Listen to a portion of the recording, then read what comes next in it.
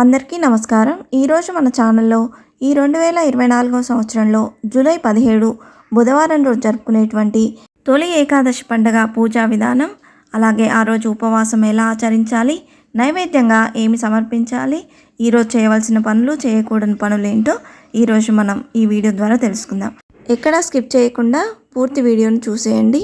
అలాగే ఇంతవరకు నా ఛానల్ సబ్స్క్రైబ్ చేసుకున్న వాళ్ళు ఉంటే సబ్స్క్రైబ్ బటన్ని ప్రెస్ చేసి పక్కనే ఉన్న బెల్ ఐకాన్ ప్రెస్ చేశారంటే నేను పెట్టే ప్రతి వీడియో మీ నోటిఫికేషన్ ద్వారా మొదటగా చూసేయవచ్చు. ముందుగా వీడియోలోకి వెళ్ళిపోదాం. హిందూ క్యాలెండర్లోని 4వ నెలను ఆషాఢ మాసం అంటాం.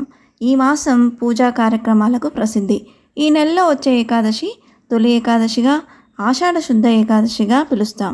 ఈ ఏకాదశినే శయన ఏకాదశి అని, ప్రథమ ఏకాదశి అని, హరివాసరం అని కూడా అంటాం.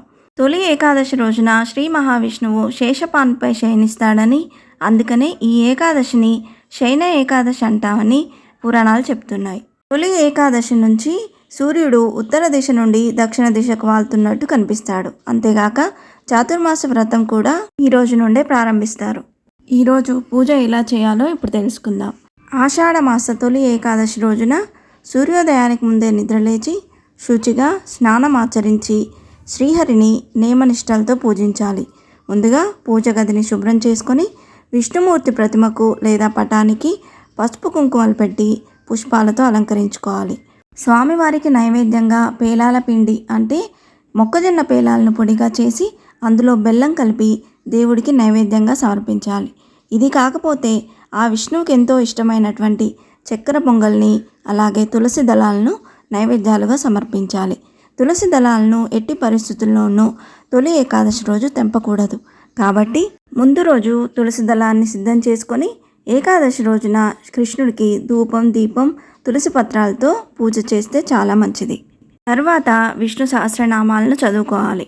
చివరగా స్వామివారికి కర్పూర హారతులు ఇవ్వాలి. ఏకాదశి రోజున శ్రవణం, కీర్తనం, హరినామస్మరణం ఎక్కువగా చేయాలి.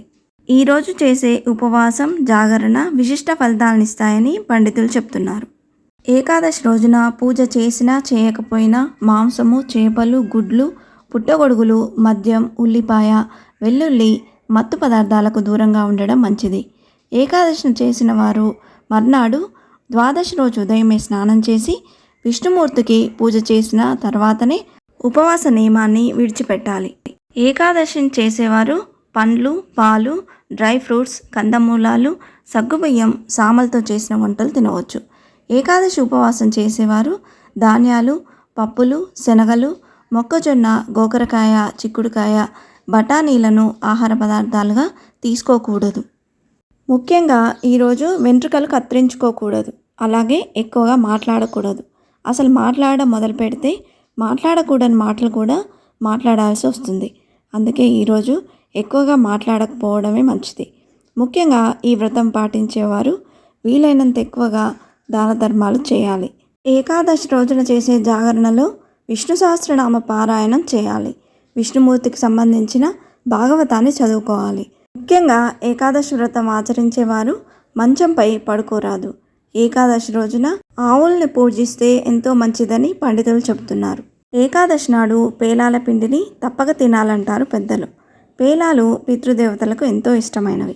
మనకు జన్మనిచ్చిన పూర్వీకులను ఈ పండుగ రోజున గుర్తు చేసుకోవడం మన ధర్మం. ముఖ్యంగా వర్షాకాలం మొదలైంది కాబట్టి ఇన్ఫెక్షన్ల దాడి తప్పదు. ఈ సమయంలో పేలాల పిండి బాడీలో వేడిని పెంచుతుంది. తద్వారా ప్రోటీన్స్ పెరిగి ఇమ్యూనిటీ పెరిగి ఇన్ఫెక్షన్లు సోకవు. అందుకే నేడు ఇళ్లల్లో, ఆలయాల్లో పేలాల పిండిని ప్రసాదంగా పంచుతారు. దానగుణం, దయాగుణం అలవర్చుకోవాలి. సహనం లేనివారు, నిష్ట లేనివారు ఉపవాసం ఎంత మాత్రం పనికిరాదు.